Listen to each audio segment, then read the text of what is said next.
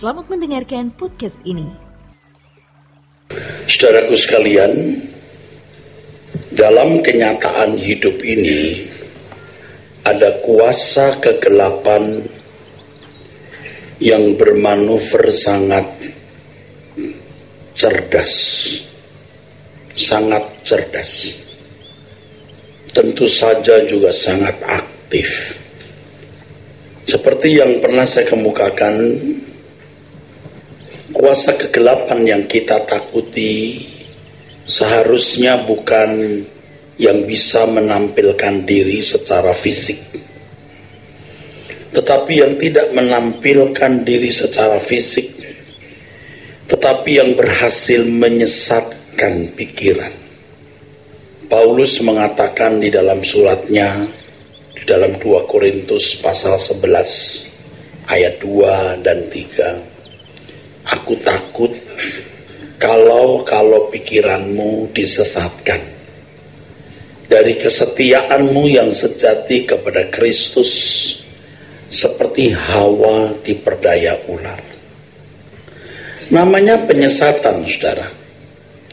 Cara yang licin, cara yang cerdik, cara yang halus untuk menyimpangkan dari tujuan yang seharusnya dicapai. Sama dengan yang namanya imitasi, akan dibuat, didesain semirip mungkin dengan aslinya. Nah, penyesatan iblis atas kehidupan orang percaya khususnya, ketika orang Kristen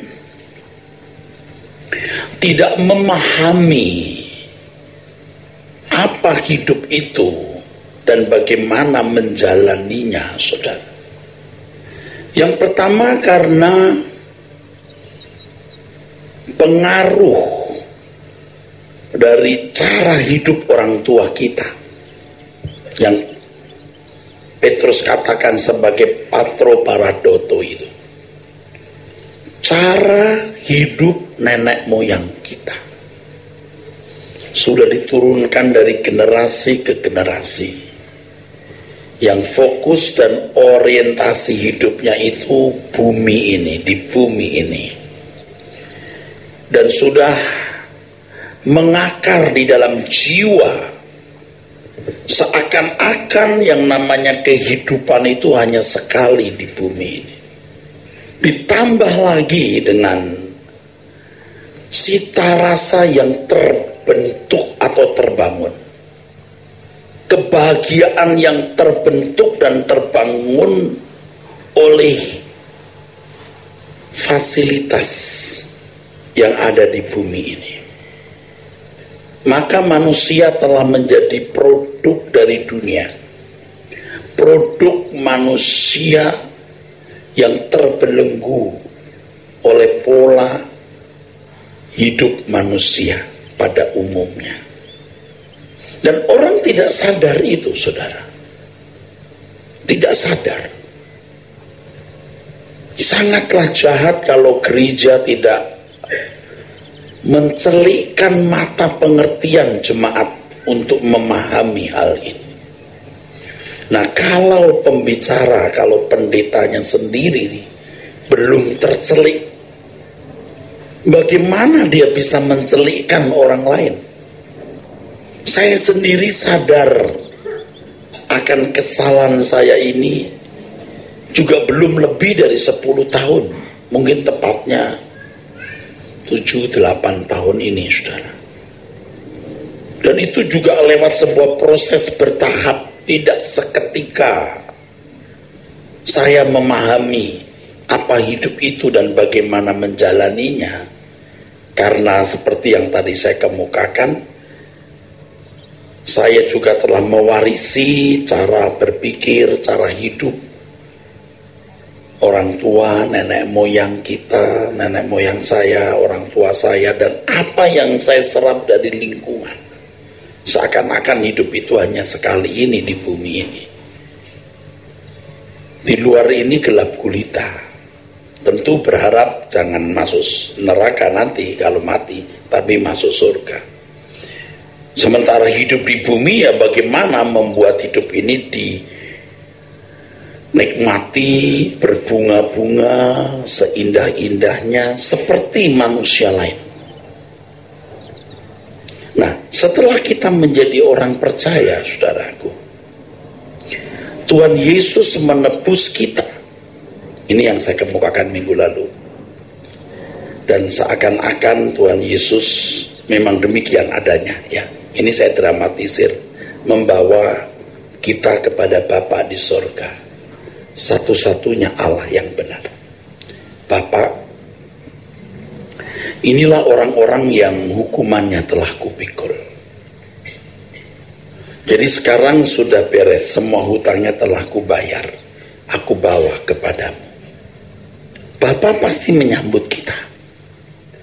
Dan Bapa yang empunya segala kuasa dan kemuliaan, memberikan kuasanya yaitu Roh Kudus. Roh Kudus itu rohnya Bapa, roh Allah, yang menuntun kita kepada seluruh kebenaran. Supaya kita yang secara de jure, secara hukum telah dibeli oleh Tuhan Yesus menjadi milik Tuhan Yesus, bukan milik kuasa lain, dibawa kepada Bapa. Sekarang Bapa memberikan Roh Kudusnya supaya secara de facto, secara kenyataan, orang-orang ini berkeadaan seperti Bapa. Karena memang maksud semula Allah menciptakan manusia segambar dan serupa Dia. Oleh sebab itu orang percaya setelah menjadi anak Allah, Allah ini jadi berhutang. Bukan berhutang untuk hidup menurut daging. Nah, kalau kita masih hidup dengan cara hidup nenek moyang dan orang tua kita dulu, dan cara hidup manusia di sekitar kita, kita kan membayar hutang, saudara. Harus menikah, harus punya anak, harus punya mobil, belum lagi nanti harus terhormat, harus punya kuasa. Seakan-akan itu pencapaian-pencapaian yang absolut atau mutlak harus kita dapatkan. Sehingga manusia menghabiskan hari-hari hidupnya hanya untuk itu. Karena merasa memang hidup hanya sekali di bumi untuk itu. Ini sesat. Maka ada gereja yang harus mencelekan mata pengertian saudara. Nah, pendetanya sendiri harus tercelek dulu. Tercelek. Ia sudah tidak lagi terikat dengan percintaan dunia, gelar, pangkat, walaupun punya gelar. Tentu kita harus memaksimalkan potensi. Sebab memaksimalkan potensi itu bukti cinta kita kepada Tuhan supaya kita bisa menjadi alat Tuhan yang efektif. Orang miskin dipakai Tuhan, tapi orang kaya lebih efektif. Kondektur dipakai Tuhan, tapi direktur lebih efektif. Maka harus dimaksimalkan potensi yang ada pada kita. Tapi potensi ini kita kembangkan bukan untuk diri kita.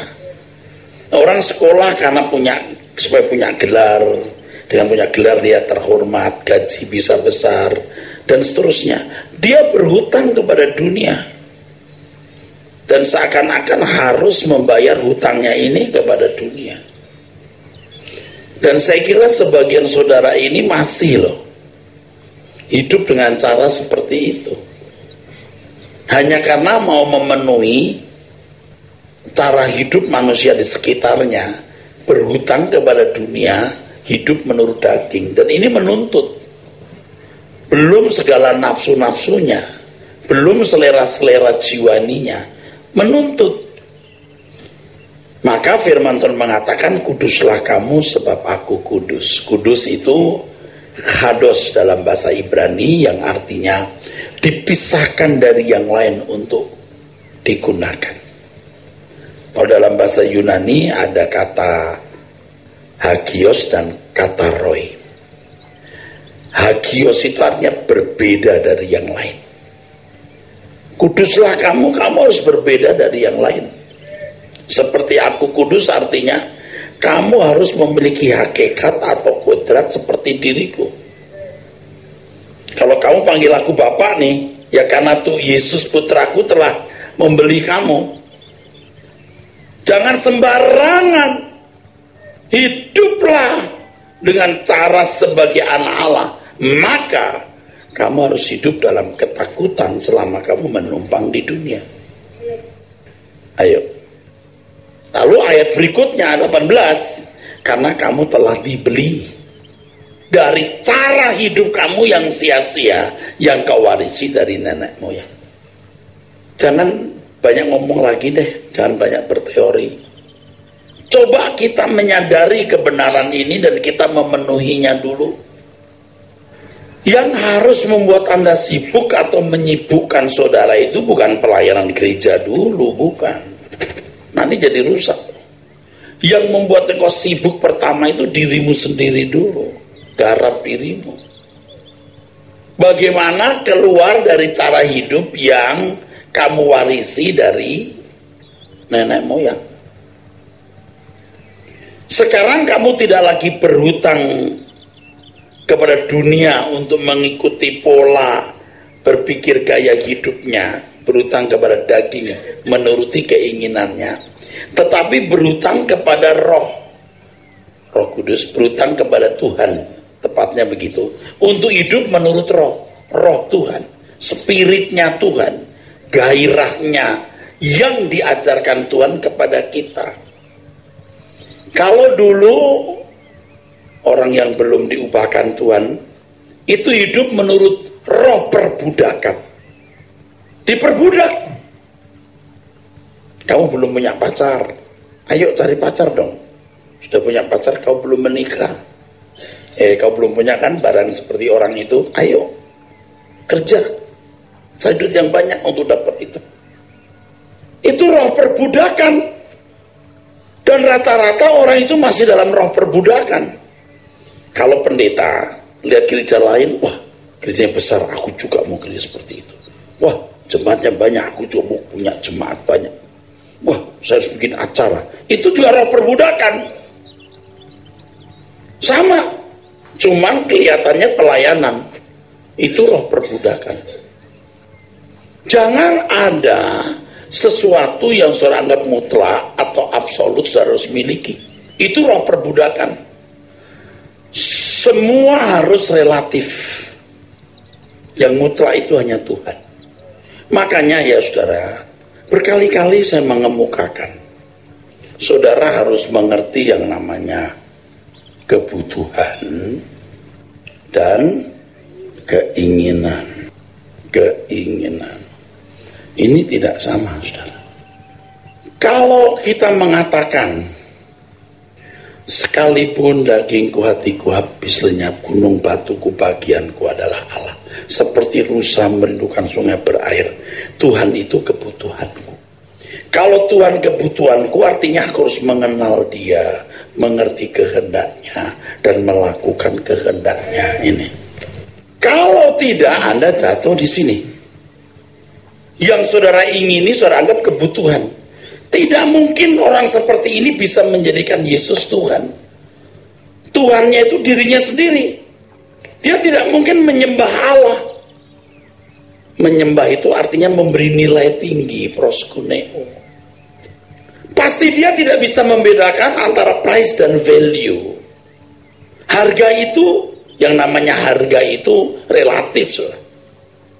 Kerang itu dianggap berharga di satu wilayah di Papua menjadi mas kawinnya.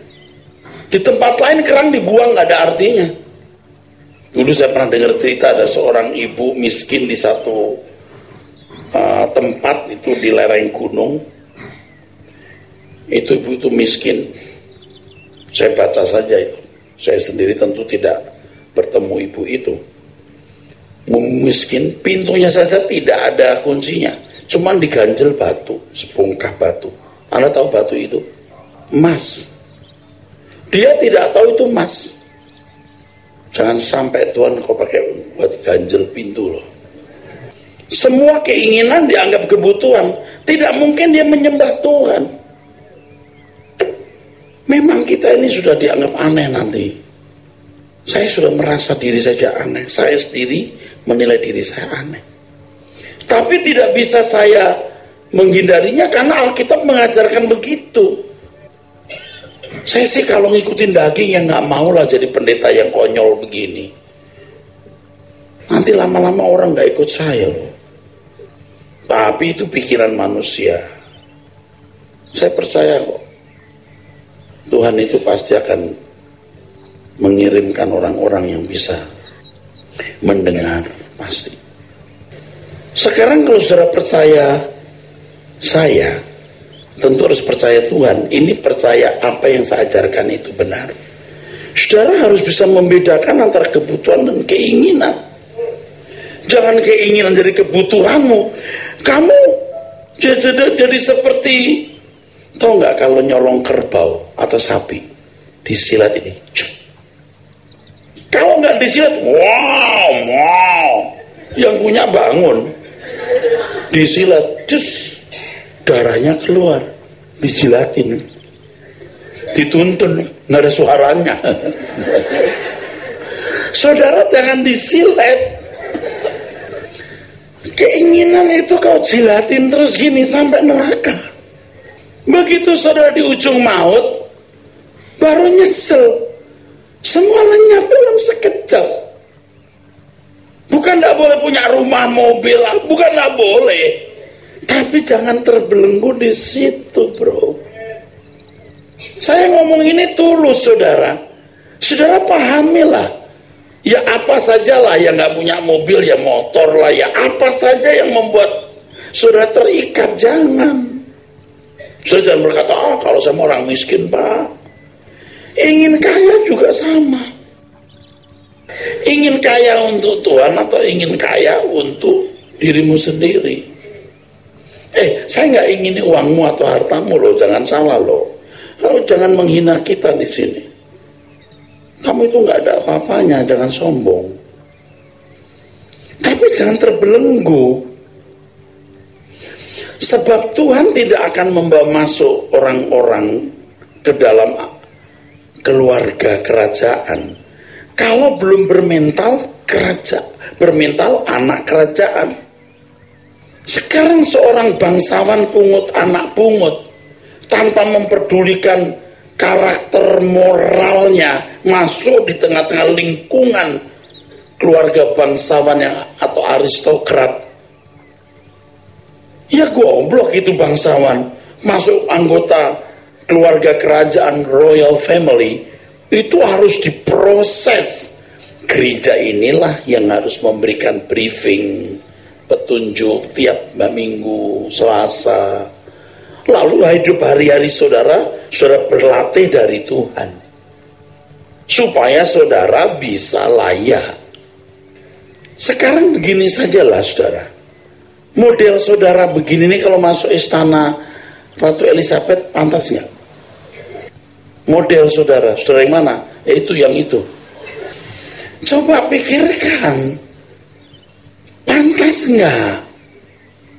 Belajar dulu tata krama sopan santunnya, waktu makan di meja makan, jalannya, berpakaiannya. Royal family itu pasti memiliki keanggunan dan keagungan anggota keluarga kerajaan. Itu baru Ratu Elizabeth. Kita menjadi anak Allah. Dan gereja tidak menawarkan, tidak mengkampanyekan rumah siapa-siapa tuh kerajaan mana-mana. Yang kita kampanyekan tuh kerajaan surga. Kita mengajak saudara pulang ke sana. Kita positioningnya di sini. Segmen kita ambil segmented ini, udah. Ya saudara kalau mau datang kemari, mau belajar firman ya tujuannya memang memahami kebenaran, merubah cara berpikir, gaya hidup, begitu. Kita bakal pulang kok saudara. Dan saya sering melihat ketragisan hidup ini. Saya sudah melihat saudara. Itu yang menginspirasi saya, Yuk kita cari Tuhan. You mau kumpul seberapa lama pun dengan orang yang kau cintai berakhir nanti. Maka tempat yang tidak akan berakhir hanya di langit baru, bumi baru, saudara. Ketika saudara menganggap bahwa ada hal-hal yang bernilai, itu yang membangun keinginan. Mestinya orang Kristen yang menghargai, menghormati Tuhan, kebutuhan itu Tuhan. Tuhanlah kebutuhan kita. Tuhan kebutuhan kita. Sama kan kalau seorang wanita jatuh cinta kepada pria, biar dia kehilangan orang tua, kehilangan warisan, dia rela loh. Nah, kenapa kita tidak begitu untuk Tuhan? Bapa dan Tuhan Yesus. Sehingga keinginan kita adalah mengerti kehendaknya dan melakukan kehendaknya. Baru kita bisa menyembah. Baru kita bisa menghormati Tuhan. Menghormati Tuhan itu dengan perkataan, dengan gerak pikiran, perasaan, renungan hati, dan kelakuan kita. Itulah cara menyembah Allah. Bukan sekedar menyanyi, ya hormat bagi Allah Bapa, hormat bagi anaknya, hormat bagi Roh Kudus. Itu banyak menipu, saudara. Harus memahami dulu bahwa harus memahami dulu antara kebutuhan dan keinginan. Jangan menjadikan keinginan kita itu kebutuhan, terus digiring menuju kegelapan abadi. Karena orang berpikir hidup cuma sekali di bumi, nggak ada hidup lagi di tempat lain. Maka bagaimana membuat hidup hari ini berbunga seindah-indahnya? Ini kalau kita ngomong begini, dipikirnya kita ini gagal hidup, nggak punya apa-apa, lalu kita anti kekayaan. Lah, kita mesti kerja punya uang banyak kok, bisa menjadi efektif bagi Tuhan.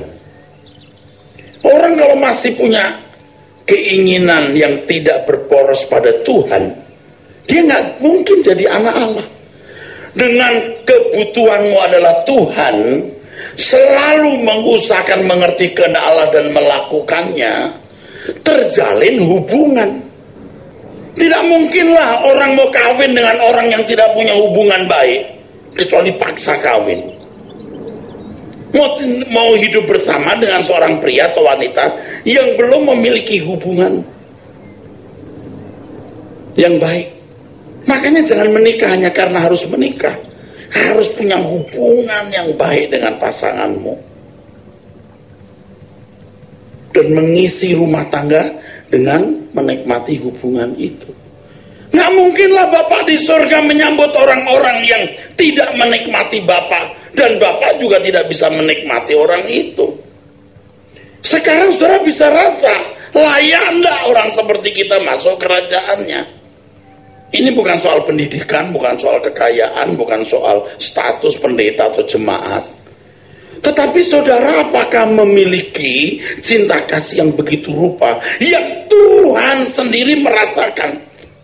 Makanya kita harus membuat berlimpah cinta kita kepada Tuhan. Limpah. Wanita itu dari tidak cinta dikirimin bunga 1 hari, 2 hari, 3 kali, sebulan. Dia nggak mau, buang terus itu bunga.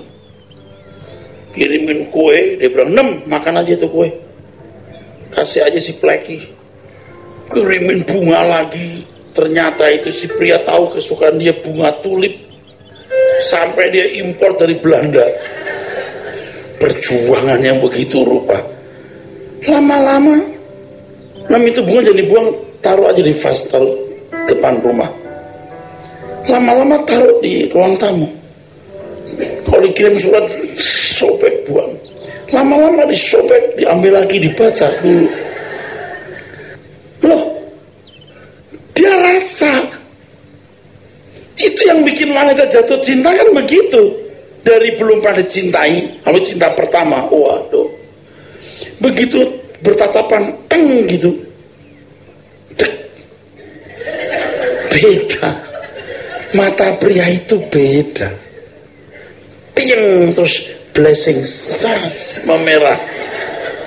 Tapi Tuhan tuh hebat loh, memberikan wanita itu malu terus jadi kemerah-merahan. Itu kalau anak muda ya.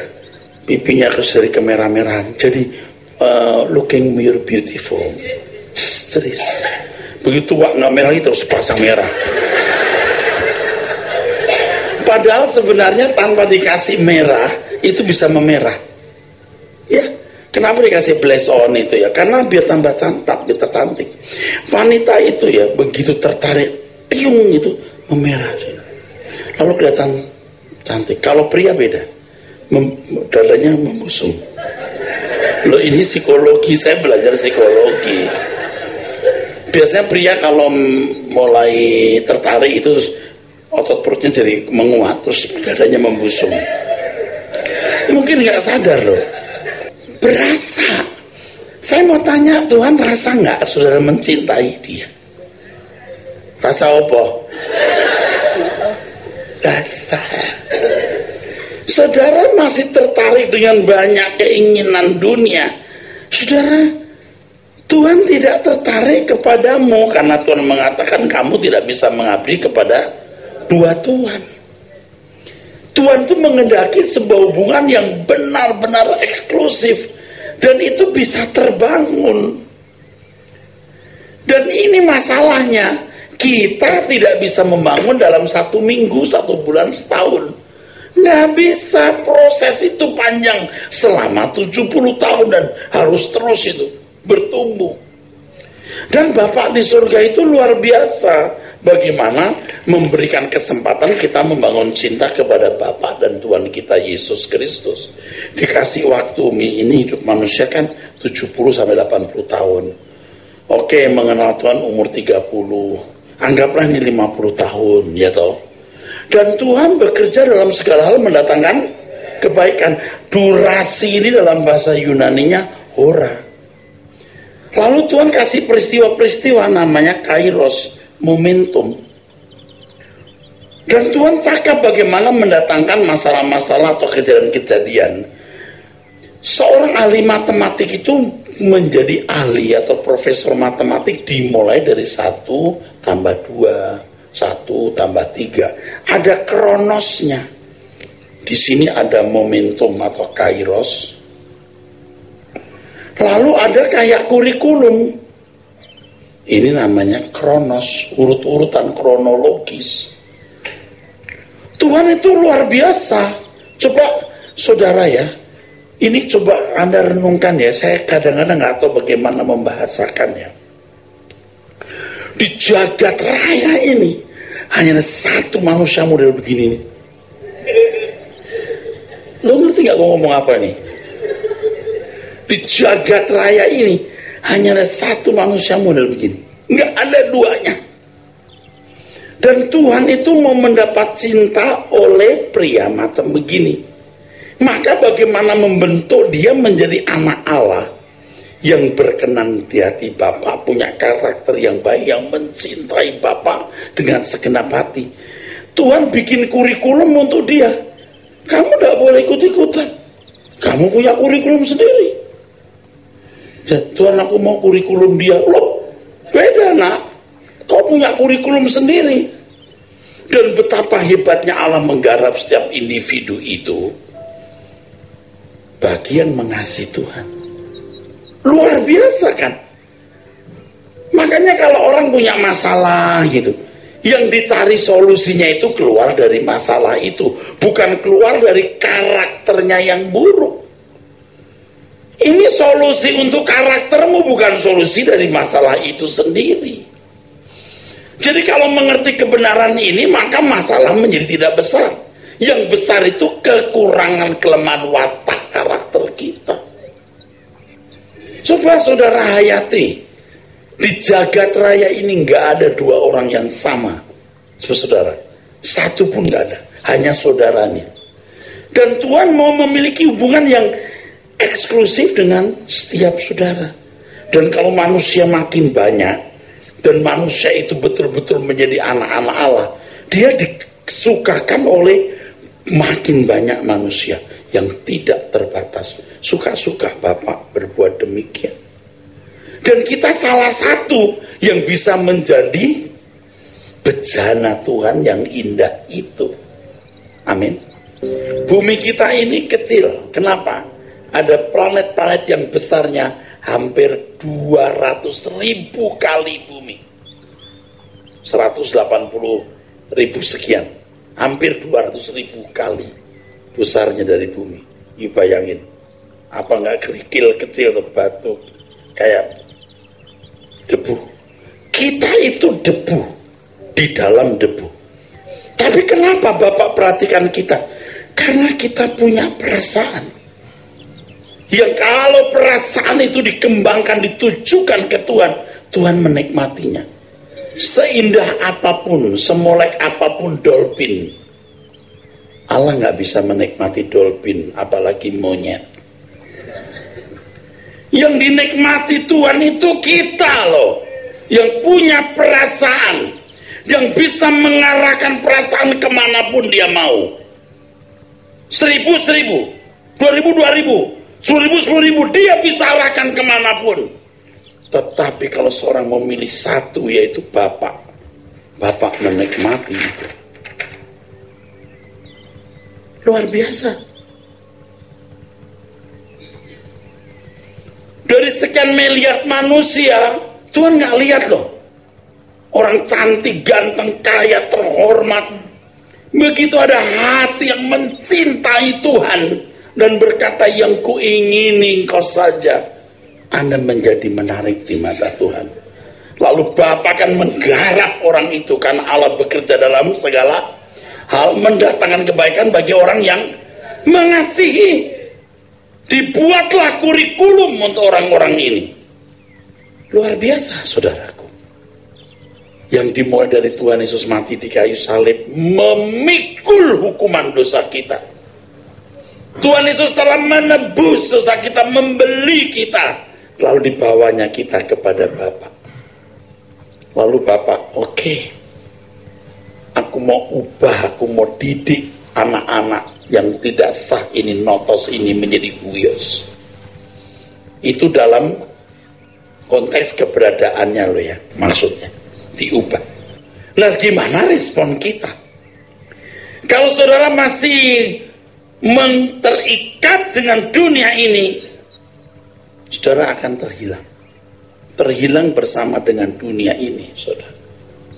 Saudara tahu bahwa Injil yang diberitakan Tuhan Yesus, yang berarti kabar baik, itu maksudnya ini, baik menurut Tuhan, baik yang begini ini loh, yang pada zamannya hanya segelintir orang yang mau menerima. Orang-orang yang tidak terpandang, orang yang terbuang, outcast. Hari ini lebih sulit lagi diterima, karena manusia rata-rata materialistis. Lebih sulit menerima kebenaran ini. Tetapi kita memilih kebenaran ini dan mengenakan kebenaran ini. Saudara, saya ingatkan, ini tidak bisa dalam sekejap.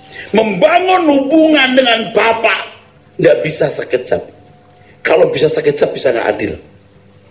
Harus dibayar lewat perjalanan waktu panjang, ketekunan, sampai betul-betul permanen hubungan itu, dan dia tidak bisa mundur lagi.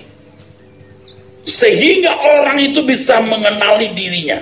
Sebab hanya manusia yang bisa mengenali dirinya. Dia mengenali dirinya, aku anak Allah. Roh itu bersaksi dengan roh kita bahwa kita anak Allah. Ketika spirit yang diajarkan Tuhan kepada kita, spirit yang Roh Kudus ajarkan kepada kita, kita turuti, kita tahu aku anak Allah. Bukan diselesaikan hanya dengan nalar. Aku anak Allah, kata Pak Pendeta. Kata gereja, itu doktrin ngomong anak Allah. Ia harus mengalami dan membangun hubungan sampai benar-benar merasa dan tahu bahwa aku sungguh-sungguh mencintai dia dan dia merasakan cintaku.